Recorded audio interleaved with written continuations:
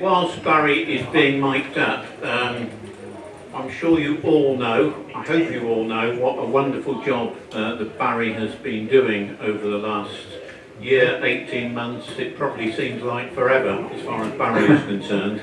Yes, but the activity at WRC-23 was immense. The support that Barry gave to the IARU leading the team was excellent. So almost ready. I pointed out earlier that Barry was awarded the Calcutta Key yesterday, which did help in terms of recognition from the RSGB. Not sure how many people on the board these days understand 23 centimetres and up, but one or two of them do. So I'm sure the recognition is very well deserved. So what Barry will now tell us is, I hope, what is actually the situation, because there were lots of opinions expressed on the various reflectors, etc., some of which were informed, many of which were totally uninformed. So hopefully we will get the definitive position. So are we set? I think doubly wired up. Yeah, doubly wired up, yeah. One for local wiring and one for remote wiring. So Barry, the floor is yours.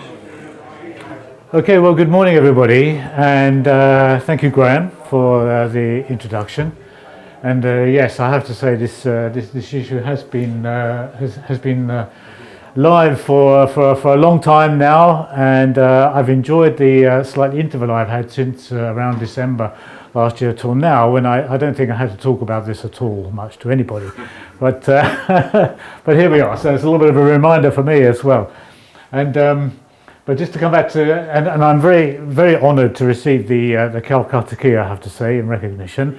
But no, you beat my thunder. I was going to say, no, I'll have to upgrade my CW scores, won't I, to see what I have to do with it. But there we are. Anyway, okay, so yeah, so hopefully the plan here this morning for me is to is a kind of an update, because the whole story is not completely finished yet. And of course, at the Martlesham last year, I gave an update on the position on how the work was proceeding at that time. And I also, again, provided another update at the convention in October. And at each of those events, we had sort of moved ahead slightly on the topic. But at least the ITU aspect of the work is pretty much finalized. So at least we've got to a point where we have some good outcome and some answers to the questions of, you know, well, what is going to happen, and what's going to happen when I press this button. Yeah. Okay. So first of all, just a couple of little reminders in case you've been hiding under a rock for the last 4 years and haven't heard about this topic. So this, again, we've seen this before. Just a reminder that you have the important band is here in the red box. This is our 23 centimeter band between 1240 and 1300 megahertz. And we share the band with other services, and in particular for us on this topic, it's the radio navigation satellite service. And they have their own set of bands here. You can see in all these color blocks, and they have their own system for labeling these bands.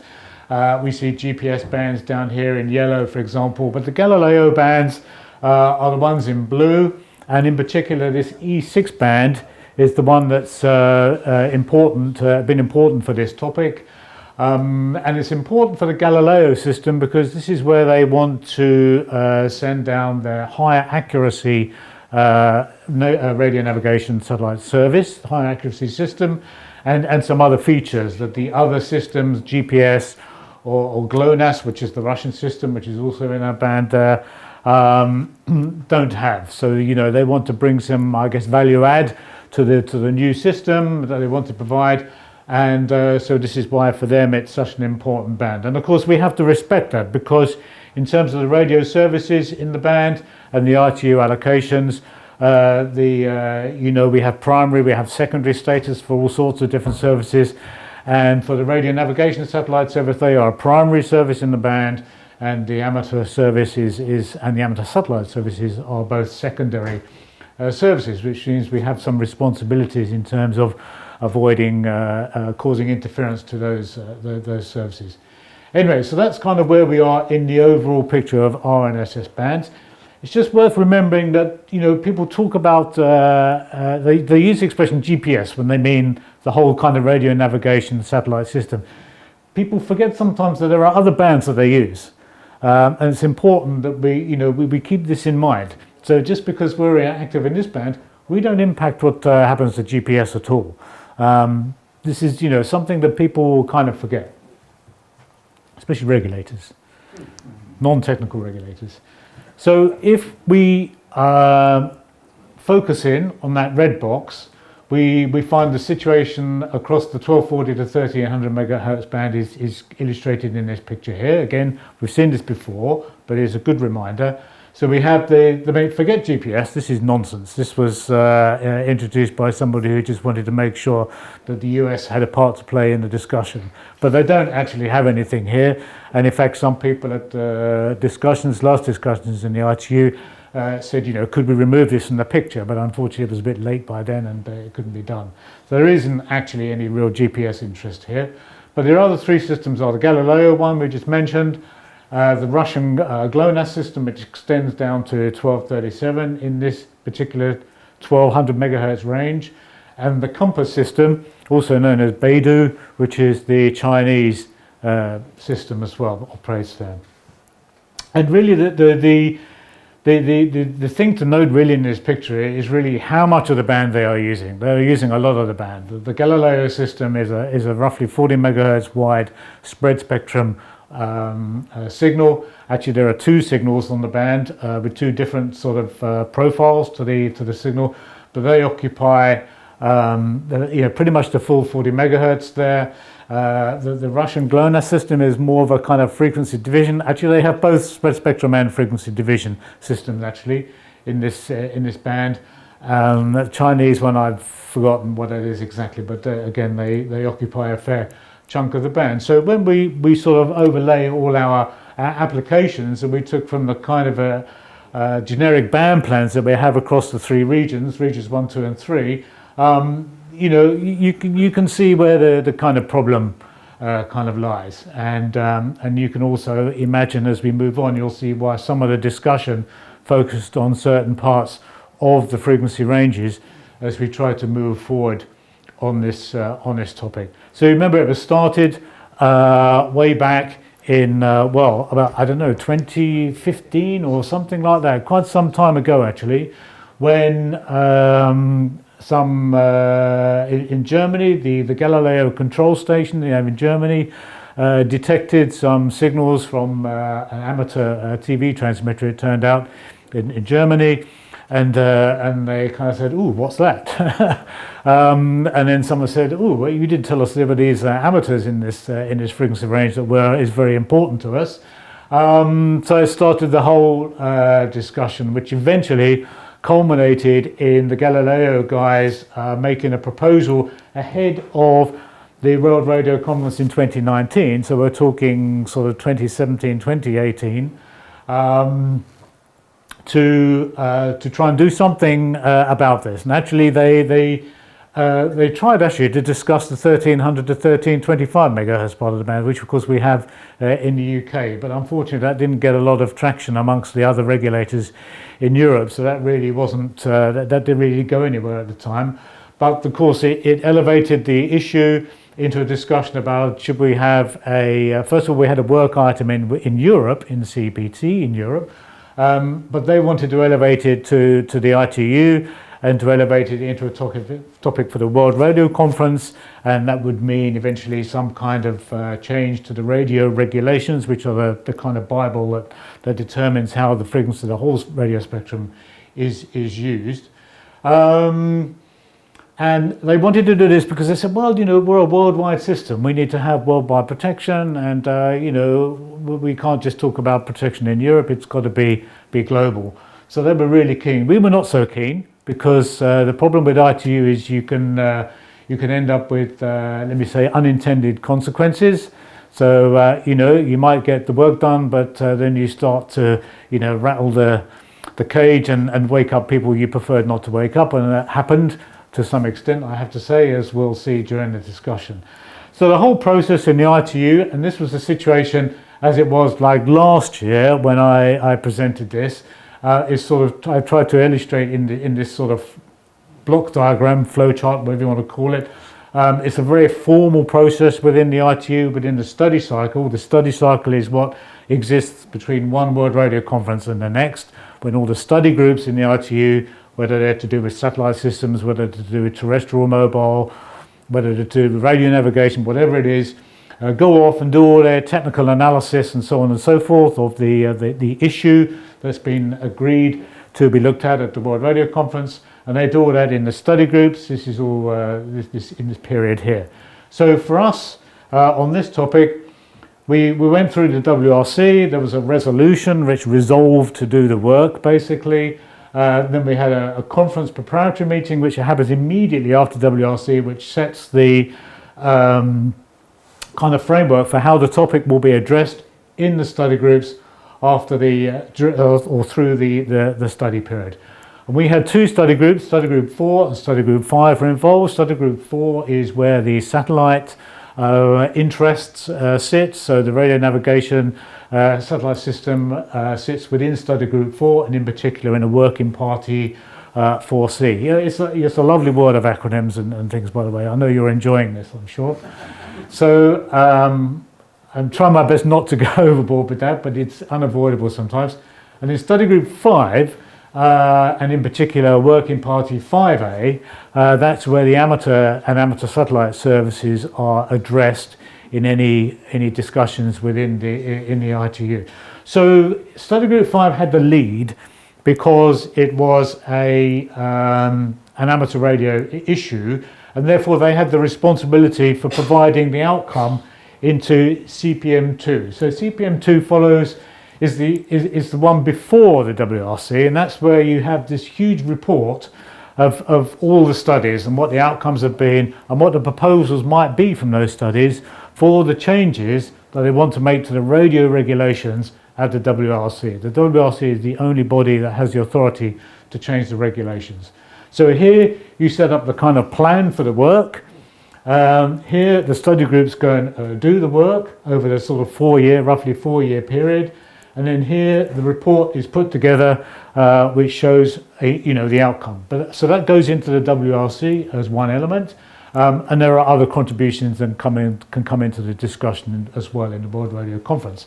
So CPM1 identified study group 5A and 5A as a responsible working party to provide the input to CPM2.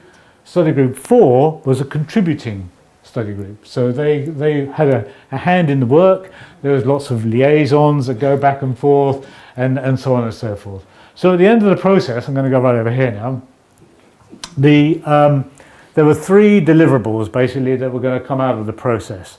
There's an ITUR report 2513. Now this is the kind of coexistence study that was carried out mainly by the Working Party 4C people. So the RNSS guys had a lot of involvement in that, with information into that from study group 5, from the amateur community and Working Party 5A. In 5A, we were doing a report, which was the first part of the study, on the applications and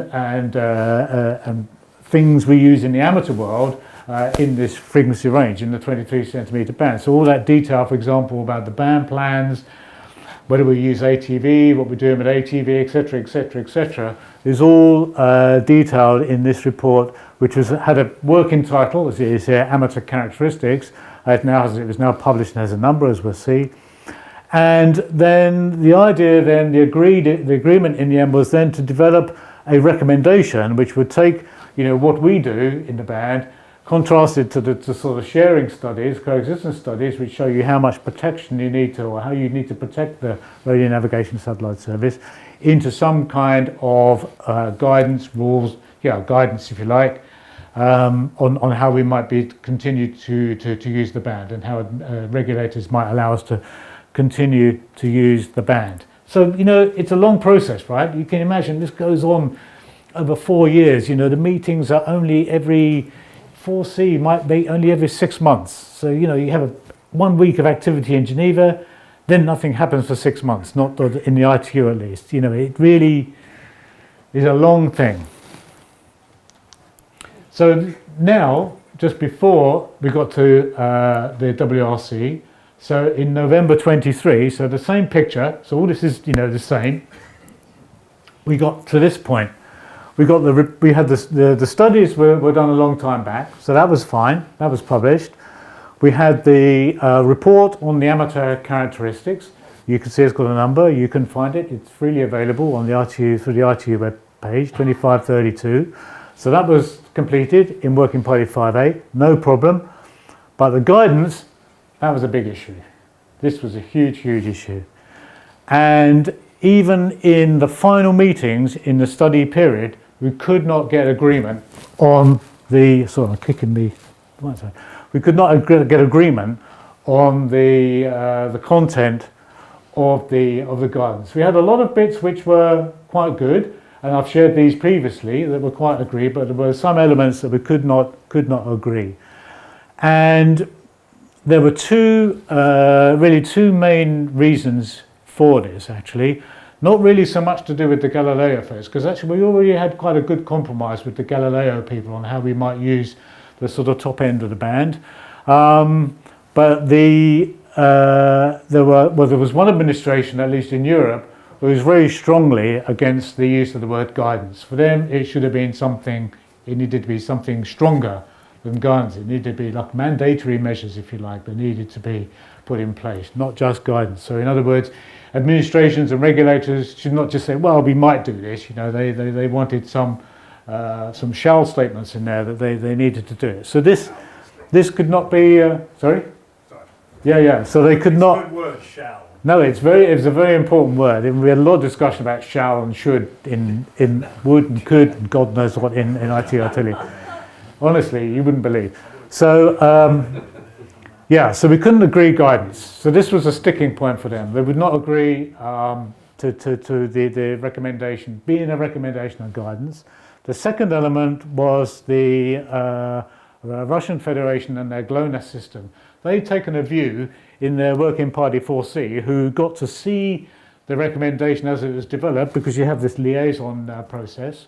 They believed that actually there was nothing in the recommendation that protected the radio navigation satellite service. They said nothing in this protects it. How can we possibly agree to this? You know, this kind of compromise that we had, for example, for the Galileo folks was not something they were willing to entertain. So for them, they couldn't agree, because they said it doesn't work. It's not going to protect anything. This was their view.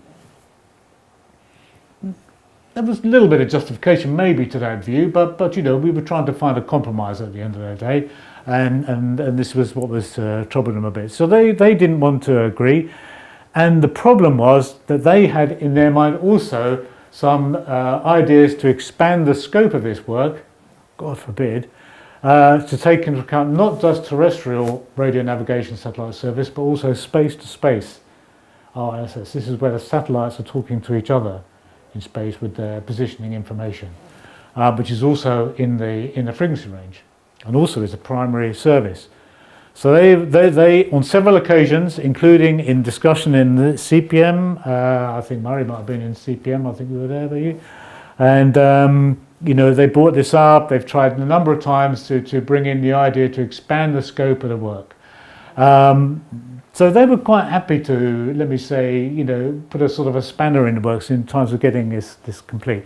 So this was the big danger we had at this point, is that when we came to the WRC, if we had no recommendation, we had nothing to discuss, nothing to agree, nothing to, you know, form the agreement in the World Radio Conference. That completely opens up the whole subject. The resolution that we started with at the start, 774, would not be able to suppress it, because the work was not complete. It would in fact be modified, no doubt, with ideas for new work, like coming from the Russian Federation and so on. And you know, really we did not want this to happen. So there's another meeting which pops into the screen called the Radio Assembly, and this is a meeting which is held not just because of this topic, it's always on their process 1 week before the WRC, where they effectively take a look at any of the issues, outstanding issues from the study groups in the study period. And clearly this was an issue. So from all this 4 years of discussion and contribution, it came down to 4 meeting sessions in about 4 hours in this meeting, honestly, to forge this recommendation.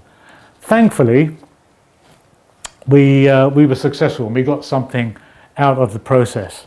And this is why I had to go to Dubai 1 week earlier than I expected, so that we could participate in this important event. And actually, to some extent, the issue is kind of a little bit out of our hands by then, because really the Radio Assembly is a discussion amongst administrations and regulators and nations and countries.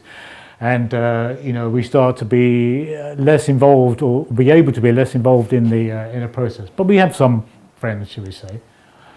So the outcome from the Radio Assembly, so this is now new stuff now, was we got IARU recommendation, yes, M2164 finally agreed. It's agreed in that week, in those sessions. By the way, the sessions were very ably chaired by our colleague from the ARRL, John Seiverling, actually, acting as the US. He did a really good job in looking after this working group, drafting group on this issue. And we were able to forge this recommendation. It got published. They worked very quickly to get this published after the RA ahead of the WRC. So basically, in the few days between the two events, they actually get it published. So now you can download that as well from the ITR website. It exists. So you had everything in place, and we had the recommendation, we had the sharing studies, the sharing studies, and we had the characteristics report. So all the deliverables are done. So all the requirements of the resolution at the start of the process are all satisfied, which is a really good place to be. So this was a really excellent outcome.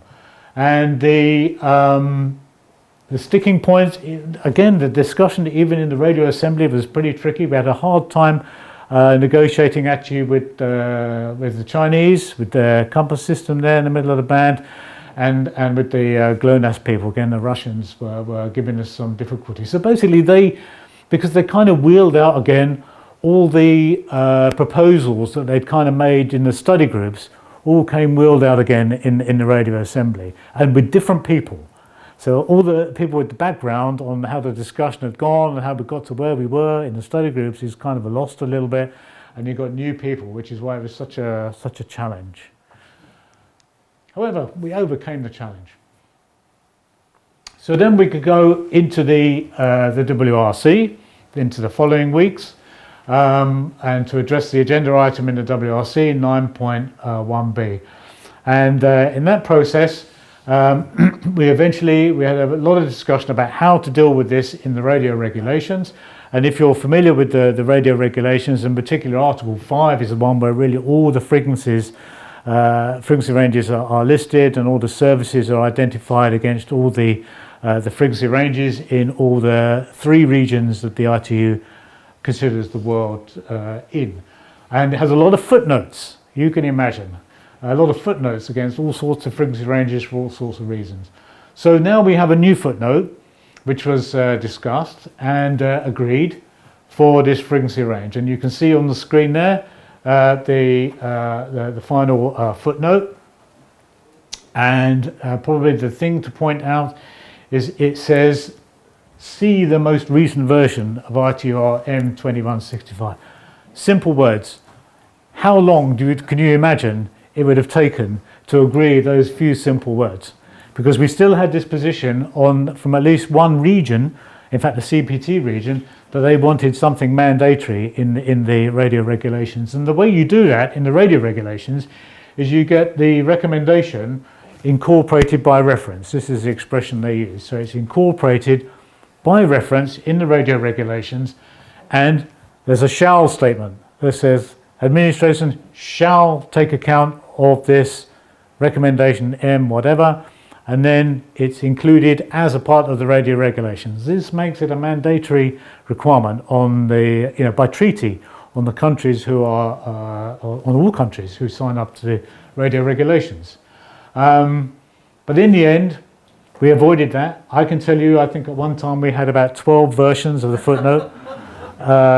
Some just 3 lines, some more lines. Yeah. So in the end, we were quite pleased with this because we had good support from a number of other global regions, particularly the Americas and the Asia Pacific regions, who didn't want to see an incorporation by reference. They didn't want a mandatory element. They still saw this as guidance. In fact, they didn't really care that much about the work in the first place anyway. They didn't have the problem, but still they have to be involved. So they had their position was a so-called no change position, no change to the radio regulations on this topic as a result of this topic. And it was only really the CPT region that wanted this incorporation by reference. So there was a impasse after impasse in the meeting as we all tried to skirt around how to kind of say it without saying it and this kind of thing, right? You can imagine. Anyway, this is what we ended up with. In the end, we had a compromise. Clearly, they could not get enough support to get this incorporation by reference, and we agreed with this text here. And actually, our colleagues from the European Commission who were also in the meeting, they also helped to say, well, okay, yeah, we think we can live with this text. So we all found a sensible compromise at the end of the day. And now there will be a footnote. You'll see in the radio regulations. The radio regulations won't finally get published until January 2025. It takes them that long to make all the changes. You can get the final acts of the WRC in a book form, which show you all these changes, should you be interested. But that's effectively when it would enter into force. So going now back to the recommendation. Where we were, this is just a quick recap, like this time last year, I showed you this picture, which had the band with all these blocks. We had the possibility for the higher powers up here around the sort of 1296 to 1300 area band, because this is like the Galileo part, well, it's here. And we were still discussing elements to do with the amateur satellite service here, and for sort of broadband, what we look like BATV, for example, activities in the middle of the band here. And there were some power levels on the table. Things were kind of partly agreed, somewhat agreed, and so on and so forth. And so that continued, and we followed it, continued in this way. But what we have finally then is not quite so nice, but close in the recommendation is the following. So we still have this possibility for some higher power activity here on the edge of the Galileo band, and this is where I talked about a compromise. It is still in their band. Now, okay, you can have a view about how much impact it might have at the edge of their band in their receivers. We don't really know what that effect might be, but this was the kind of compromise that we'd got with the Galileo folks. Allowed us to continue, and they could feel comfortable that for the most part they felt that they would not be terribly impacted.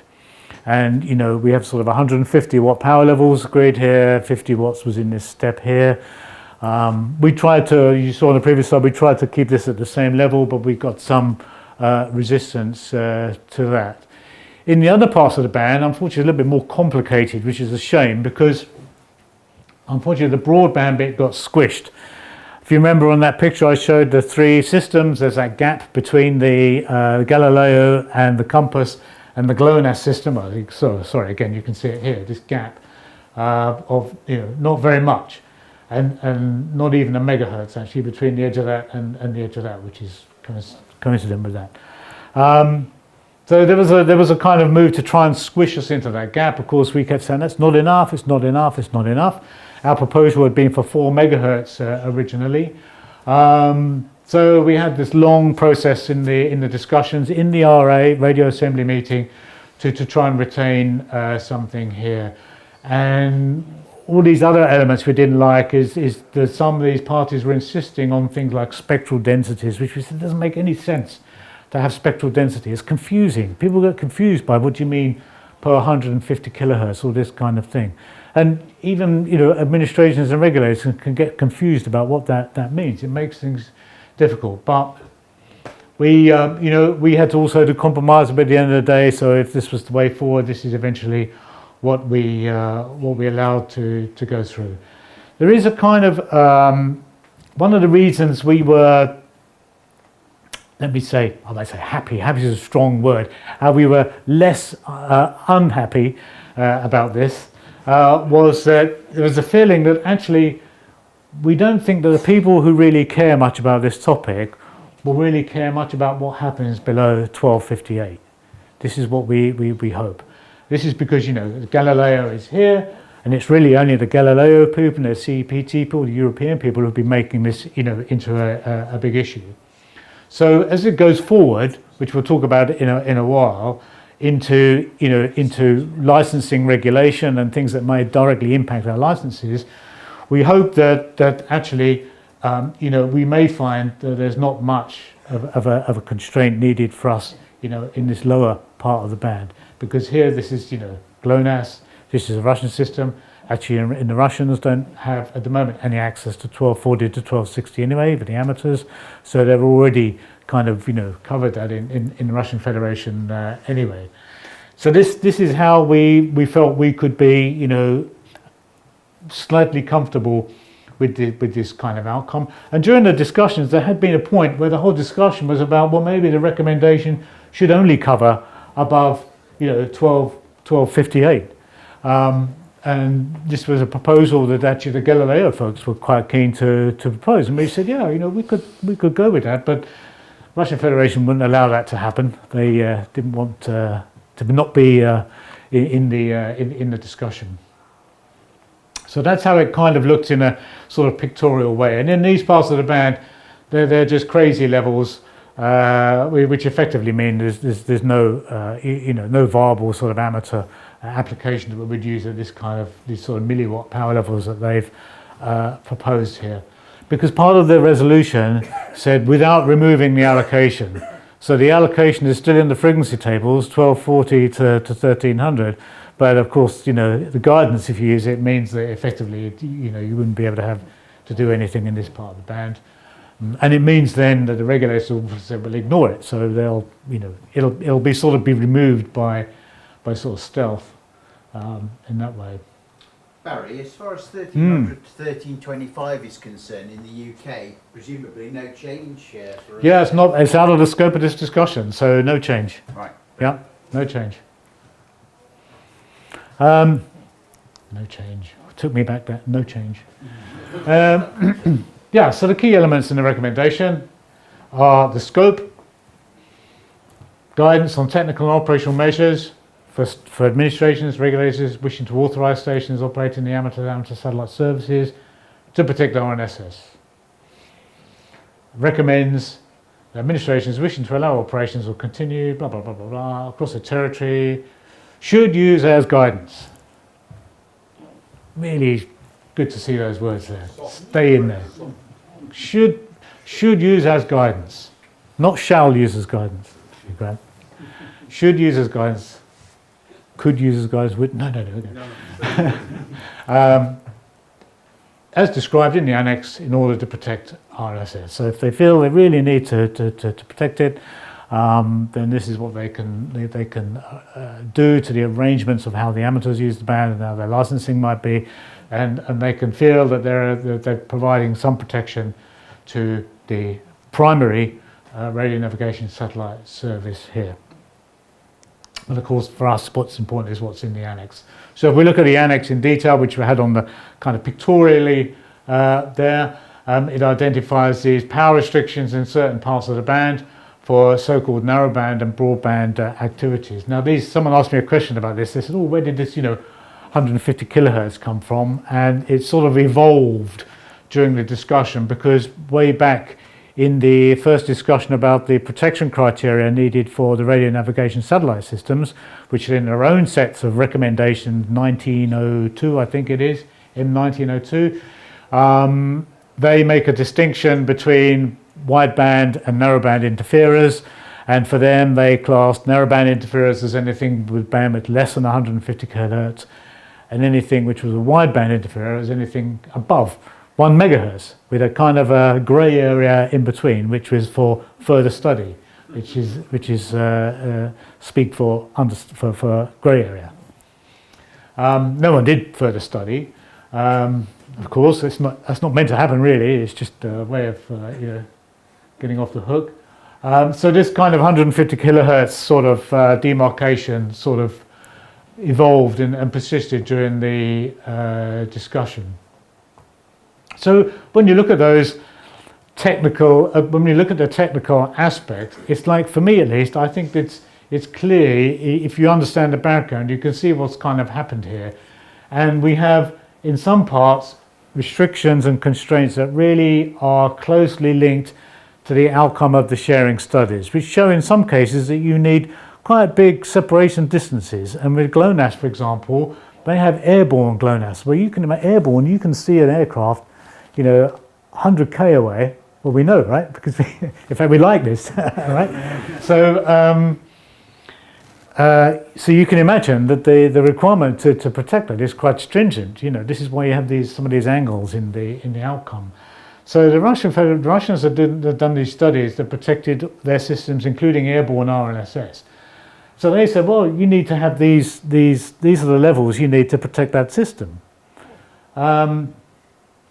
In other cases, we had more of a discussion and a compromise. There was a kind of an understanding that, well, we see we need these levels, but of course, if we have these levels, for sure, then there really is not going to be any amateur activity in the band at all, because all the power levels will be so low, it would be non-viable. So we had to come to a kind of a compromise. And for this discussion, we did a lot of work to try and really impress how low the level of activity is for the amateur services really in the band.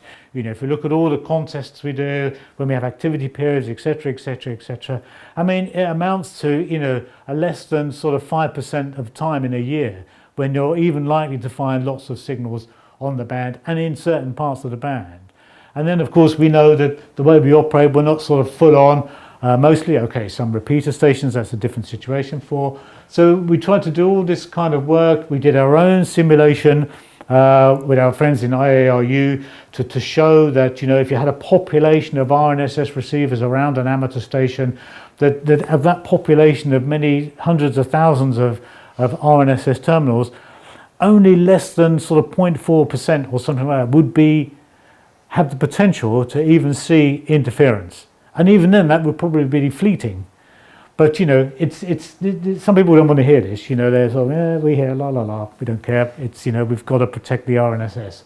So it's quite a difficult. It's difficult to get these ideas into the thinking. And in a way, we did the big report on the amateur characteristics, but then probably nobody read it. So quite frankly, I would say. Anyway, so in the end, we have this kind of part that's not really much negotiated, which is the lower part, but it's very hard, closely aligned with the sharing study results.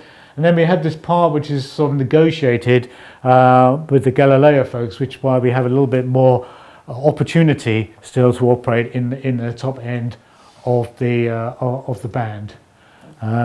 Yeah. I think that went two, didn't it? Yeah. So if we look at the narrowband parts, so this is the detail of the annex. So we have 1296 to 1298 shows 50 watts PEP into the antenna, all narrowband modes. 150 watts in the 1298 to 1300 part of the band, again because it's kind of a little bit more outside of the Galileo band, so they could feel relaxed about that. And then we had a little bit of an extra for the EME folks who were sort of lobbying me a little bit. So we went and we tried this sort of higher powered, a bit of elevation on the antenna to sort of make the argument. And to be fair, quite surprisingly, they said, yeah, okay. I thought, ooh. I was genuinely quite surprised actually. I was ready to have a big argument about this, but in the end it kind of went in. And yeah, quite surprisingly. So I know it's not perfect, and I know that the EME guys will say, oh, well, 15 degrees and high gain antenna, all this kind of thing. Maybe, there might be other ways we want to operate, but I think at the end of the day, we said, look, hey, this is agreed, right? Don't touch. Don't go there, right? So, that was quite good. And then we get to the more complicated bits in the middle of the band here. this 760 kilohertz with one power level, and the other 1.48 megahertz with a slightly different power level because they overlap the different RNSS systems. And we have this spectral density kind of EIRPs. So this is the only part where you have EIRPs. This is power, this is EIRP. The assumption is about this sort of 18 dBi antenna gain was the kind of working assumption. This is, I think, a sort of 23 element Yagi, something like that, as a kind of typical antenna. So you can see, you know, this I've tried to sort of say, well, this amounts to about 4 watts into a beam, or if you were a mobile, you could use 60 watts. So, you know, there's still some usability, I think, here. And here, if you were similar, it's slightly, well, 3 dBs less, basically, isn't it? So it's not completely unusable. Could be, there's still some use could be made there for narrowband modes in this part of the band. And then for broadband applications, so here we started to move towards DATV, but of course we know DATV is also trying to work in smaller bandwidths. Yeah, thank you, Graham. And very similar spectral density requirement, but again, the amounts of what I hope are usable power levels. You know, you can have a 1 megahertz DATV signal at 26 watts if you had a typical antenna, 3 dBs less for the other part of the band, and you know, just over 2 megahertz available, which is a bit disappointing for us, I have to say, because we were trying to push for 4, but in the end we couldn't get there, except that hopefully, you know, we may find that we don't have to do anything in some cases below 1258. This is what we hope. Narrowband satellites caused a big discussion, I have to say, especially with the Chinese, because they are in that part of the band, their Beidou system. We had this to and froing for hours while they consulted their guys back in Beijing or someplace, and while we horse traded basically on the power levels. You know, that's what it came down to, really, and we ended up with this kind of situation. So this, you know, ignoring this really low level here, you know, this is like 5 watts into an antenna you could at least hold in your hand, shall we say. You know, again, it's better than nothing, and yeah, they gave us quite a hard time over this. And of course, we only have 2 megahertz really of the band instead of 10 that we have today. And then the rest of the band, you have these crazy low power levels, which are tiny, and there are even some other measures that came in from some people. The Russians wanted to have additional restrictions around airports, and we said, well, who's had a problem with an airport? What are you talking about? You know, this has never come up before, but for them it was something they wanted to see. You know, it's in there as guidance. It's why it's so important for it to stay as guidance. But it's not over yet. Yeah, so in Europe, we're still going through the process in Europe of developing the regional regulation around this. So obviously they're going to take into account the outcome of the RTU discussion, because most of the discussion that started in this CPT work then went into the ITU. Because they will, a lot of EU countries will want to be harmonizing the use of the Galileo spectrum, which means that they'll say, this is the band of Galileo, and you need to protect it from this service and that service, and if you protect it from the amateur service, then you should do this, and then they will take the information from that recommendation, because that's all been discussed and agreed, and so on. So we have the situation where that work is undergoing. Some of that work is undergoing public consultation in the middle of this year. There's the sharing study work, which was finished in February this year. And then the CPT working groups will continue to develop the spectrum decisions relating to that. But how, you know, the countries in CPT react overall is still a little bit unknown, because an ECC decision developed by CPT, again, is not something that's mandatory. Countries can say they'll agree to sign up to it, but it's not mandatory even then. We are still a CEPT country, though, aren't we? Yes, yeah. And so, you know, how they will react is a little bit unknown. But see, people may have seen just recently, already Belgium actually has reacted, and they have a consultation open right now, which the Belgian Society, UBA, is replying to. We've given them a little bit of help.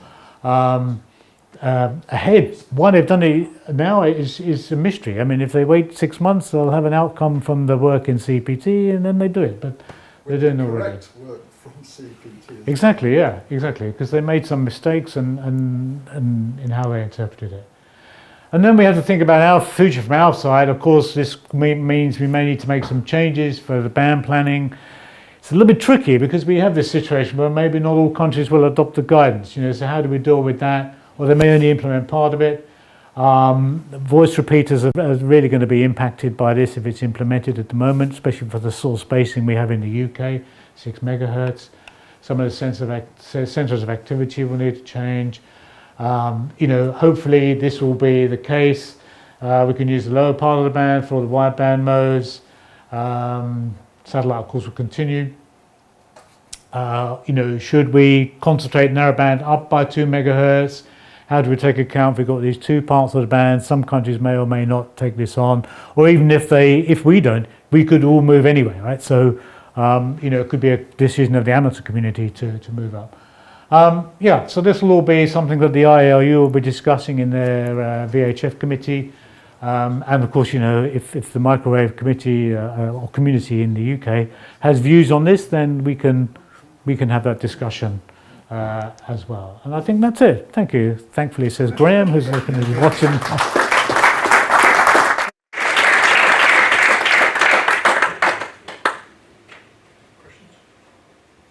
Yeah, any sort of any questions? Yeah, please. Stuart Harvey, G7HM, from a company called Aculink Technology. We're actually using GNS in our product, so it's got a GNSS compass.